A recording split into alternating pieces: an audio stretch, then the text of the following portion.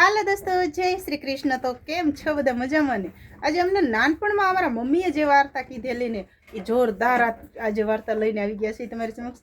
તો પરમાર કૈલાસબેન આપ સૌને જય શ્રી કૃષ્ણ. તો એક બ્રાહ્મણ દેવ હતા. ડેલી સર્વિસ ભિક્ષા માટે જાય. રોજનું નિત્યક્રમ કે રોજ સવાર પડે એટલે એ ભિક્ષા માટે બહાર ગામ જાય. અને એમને એક દીકરી 15-16 વર્ષની. તો બને એવું કે બ્રાહ્મણ દેવ જ્યારે ભિક્ષા માટે જાય ને એટલે જે દીકરી ઘેરે રહેતી હતી ને એમના ઘેરે બીજા ઋષિ મુનિ ભિક્ષા માટે આવે. એટલે એ દીકરી રહી ને એમને ભિક્ષા માટે જે કાંઈ એમના પાસે હોય આપતા. અને એ ઋષિ મુનિ રહ્યા ને એ એમને આશીર્વાદના બદલે એમ કે દીકરી તારા લગ્ન હુળિયા રાજા હારે થશે. તો દીકરીને તો રોજ એમ થાય. હવે પોતાના લગ્નની વાત હોય એટલે એના બાપુને એ વાત ન કરી શકે, કારણ કે દીકરી બાપ હારે લગ્નની વાત ન કરી શકે. એટલે મનમાં ને મનમાં એને એમ થાય કે મારું આ હું કે મને આશીર્વાદ તો નથી આપતા, અને ઉપર જતા એમ કહે છે કે તારા લગ્ન હોળિયા રાજા હારે થશે. તો હોળિયા રાજા એટલે કોણ? એમ કોણ હશે હોળિયા રાજા? છોકરી છે તે દાડન દીએ આમ કે હવે એ વિચાર એને આવે ને. ડેલી રોજનું નિત્યક્રમ થઈ ગયું. રોજ જે એના બાપુ રહ્યા એ ભિક્ષા માટે જાય, બહાર ગામ જાય, અને રોજ જે એ ઋષિ રહ્યા એ દીકરીના ઘેરે ભિક્ષા માટે આવે. તો દીકરી એમ થોડાક ઉપાધિમાં રહેવા માંડી, અને આમ કે એને થોડીક ટેન્શનમાં રહેવા માંડી, એટલે થોડીક આમ દુબળી પડતી ગઈ. તો એ એના બાપુ રહ્યા ને એ કે કેમ બેટા તું મોડી પડતી જાશી, કે તું ખાસ પીસ તો ખરી ને, કે હું તો રોજ વયો જાઉં છું, પણ તું ખાવા પીવામાં ધ્યાન રાખજો, તું હમણાંથી મોડી પડી ગઈ છું. તો કે ના બાપુ હું ખાઈ પી જ લઉં છું. તો જેમ દિવસો જાય એમ રોજ એકની એક જ વાત. તો પછી છોકરી વધારે પડતી મોડી પડી ગઈ, દુબળી પડી ગઈ, એમ શરીર એનું પાતળું પડી ગયું. તો પછી એના પપ્પાએ એક દી એને બેહાડી એની પાસે. એ જે બ્રાહ્મણ દેવ હતા એણે એની દીકરીને પાસે બેહાડી અને પૂછ્યું કે બેટા હું તને કાંઈ તકલીફ રહી છે, તું કાંઈ બીમાર છો? તો કે ના બાપુ મને એવું કાંઈ નથી. તો કે તને જે તારા મનની અંદર જે કાંઈ મૂંઝવણ હોય એ તું મને કહી દે બેટા. તારી માં તો નથી, પણ હું તારી માં અને તારો બાપ બંને હું જ છું. જે કાંઈ તારે તકલીફ હોય તું મને કહી દે. તો એ દીકરીને તો ઘણું એમ થાય છે કે પપ્પા હારે કેવી રીતે વાત કરી બાપુ હારે, અને છતાંય પછી એના બાપને એ વાત કરે છે. એના બાપુને એ કહે છે કે બાપુ રોજે તમે ભિક્ષાવૃત્તિ માટે બહાર ગામ જાઓ છો ને, એટલે રોજે આપણા ઘરે 6 મહિનાથી એક ઋષિ મુનિ આવે છે, અને એ મને રોજે ભિક્ષા માટે આવે છે, અને હું એમને ભિક્ષા આપું છું ને તો એ મને આશીર્વાદના બદલે રોજે એમ કહે છે કે તારા લગ્ન હોળિયા રાજા હારે થશે.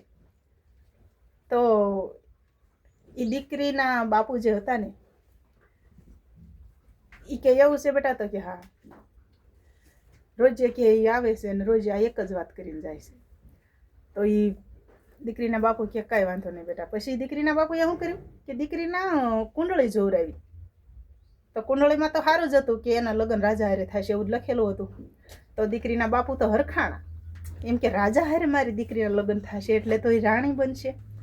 એટલે પછી અમુક સમય જતા, થોડાક સમય જતા પછી પહેલાંનો જૂના જમાનામાં રાજા પૌણવા નહોતા આવતા, વરરાજા પૌણવા નહોતા આવતા, ખાંડું પૌણવા જતું. એટલે એ દીકરીના હગ પણ થાય છે અને દીકરીના લગ્ન થાય છે. એ જે ઓલા ઋષિ મુનિનો વાતની પ્રમાણે રાજા હારે એના લગ્ન નક્કી થાય છે. બને છે એવું કે ખાંડું પૌણીને જાય છે ને એટલે એ 7 માળની હવેલી હોય છે, અને 7મા માળે રાજા હોતા હોય છે. અને એ દીકરી પરણી અને હારે જાય છે. 7મા માળે જઈને રાજા હોતા હોય છે ને તો એને જે એના દાસી ને એના જે કોઈ હોય નોકર ચાકરી કહે છે કે રાણીબા રાજા છે, એમ આ તમારા પતિદેવ છે. તો એ જોવે છે કે ઓહો, ખરેખર રાજાને તો આખા શરીરે હૂળ નીકળેલી હતી, કાંટા હૂળ, જે બાવળની હૂળ આવે ને. તો તો પછી એ દીકરી એમ થાય છે ત્યારે કે હા ઋષિમુનિ જે કાંઈ મને કહેતા એ સાચું પડ્યું એમ કે આ હુળિયા રાજા એટલે આ હુળ જે વાગેલી છે શરીરમાં એ હુળિયા રાજા એમ. તો પછી દીકરીએ શું કર્યું ના ના હા સોરી થોડુંક ભૂલાઈ ગયું હતું કે એના જે રાજાની માં એટલે કે દીકરીના હાહુમાં હોય છે ને એ એને એમ કહે છે કે બેટા તું એના જમણા પગની હુળ ન કાઢતી. તો એ કે કેમ માં? તો કે જમણા પગના અંગૂઠાની હુળ રહીને એ નહીં કાઢવાની. એ કે એ જાગી જશે ને તો એને પીડા બહુ થશે એટલે કે તું જમણા પગની હુળ ન કાઢતી. તો કે વાંધો નહીં. પણ આખા શરીરે હુળું એટલી હતી કે એ રાજકુમારી સોરી એ જે બ્રાહ્મણની દીકરી લગ્ન કરીને હારે આવી હતી ને એને ધીમે ધીમે રોજે હુળું વીણવાનું ચાલુ કરી દીધું. અને એ રાજા રહ્યો ને બેભાન અવસ્થામાં પડેલો હતો. તો આ તો એની પત્ની બનીને ગઈ હતી એટલે એનો ધર્મ હતો કે પતિની તકલીફમાં એની સેવા કરી. તો એણે ધીમે હુળું વીણવાનું ચાલુ કરી દીધું. 1 મહિનો 2 મહિનો 3 મહિના એમ ધીમે કરતાં 6 મહિના વયા જાય છે. 6 મહિના સુધી બ્રાહ્મણની દીકરી નાયા ધોયા વગર એ એમ હુળું વીણા જ રાખે છે. એને એમ કે હું જેટલી ઝડપી વીણું એટલા ઝડપી રાજા ભાનમાં આવે. તો પછી 6 મહિને જતા આખા શરીરની હુળું વીણાઈ જાય છે. એક જમણા પગનો અંગૂઠો અને એની હુળ બાકી રહી જાય છે. પછી રાજકુમાર એ રાણીને એમ થાય છે એ બ્રાહ્મણની દીકરીને કે જે હુળિયા રાજા હારે લગ્ન કરીને આવી હતી ને એને એમ થાય છે કે લાઈને હવે હું આ પગના અંગૂઠાની હુળ કાઢ્યા પહેલાં રાજા ભાનમાં આવે એ પહેલાં હું કાંઈક જરાક નાહી ધોઈને ચોખ્ખી તો થઈ જાઉં. તો પછી એ બારીએથી આમ ડોકાય છે બારે કે કોઈ હોય તો બોલાવું. બને છે એવું કે 2 બાયું ભિક્ષા માટે નીકળેલી 2 બાયું ના થઈને નીકળતી હોય છે. એટલે એ બ્રાહ્મણની દીકરી રહી એને મેળિયાથી હાથ કરે છે કે એ બેન અહીંયા આવો ને. તો કે હા બોલો. કે તમે ઘડીક અહીંયા રહ્યો ને તા હું નદીએ જઈ અને નાહીને આવું. તો કે કેમ?